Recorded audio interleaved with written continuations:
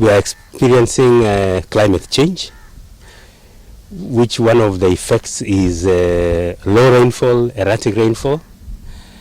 And the training of today is focused on cassava production.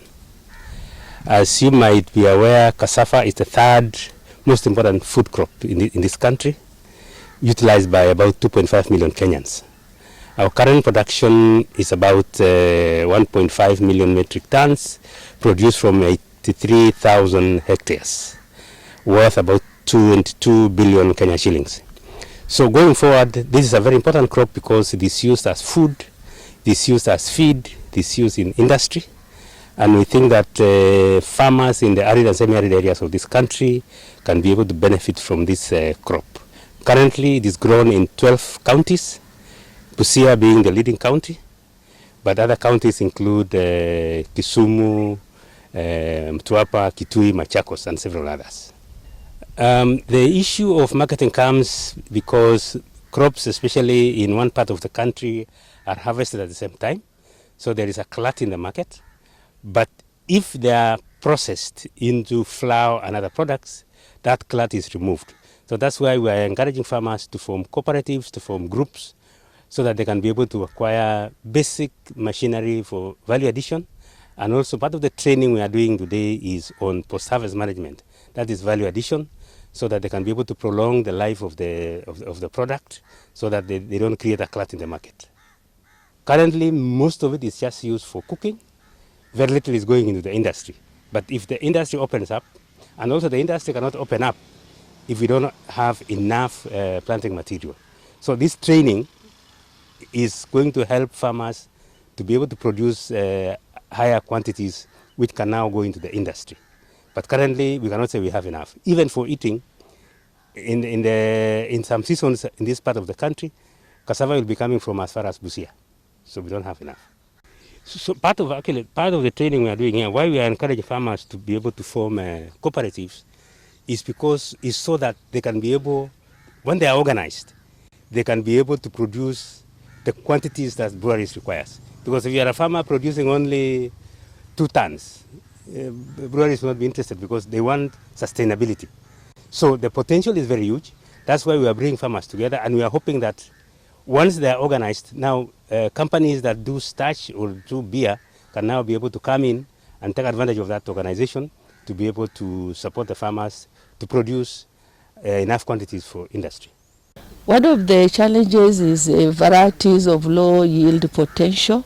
They grow their local varieties. Mostly preferred variety in this region is Kibandamino, which has good qualities but has low yield of 5 to 11 tons compared to over 70 tons of the improved varieties, and also 90 tons per hectare, the potential that the crop can give. The other challenge is lack of clean planting material. And in this project, we are training them on how to multiply using improved varieties and using the tissue culture. We are also looking at poor management practices. Most of the farmers plant cassava in not the right plant population. They do not weed it as required. They don't apply the right inputs like fertilizer.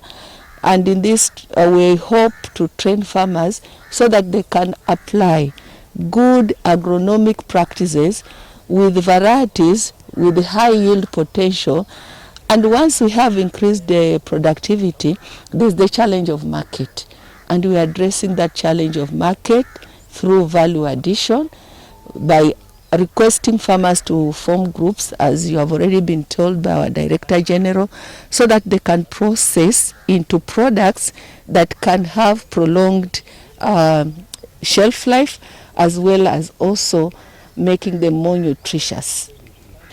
Cassava has got many uses which have not been tapped in this country, particularly also in Lamu County. Cassava is a raw material for industrial applications.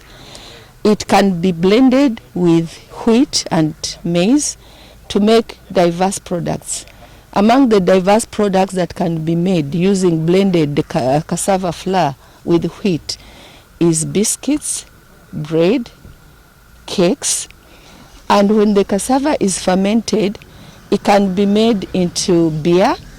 Now with the current COVID, we have varieties like Karembo that produce very high content of ethanol that can be used to make sanitizers, and also with the demand for biofuel, through fermentation we can produce ethanol, and it can also be used in animal feeds.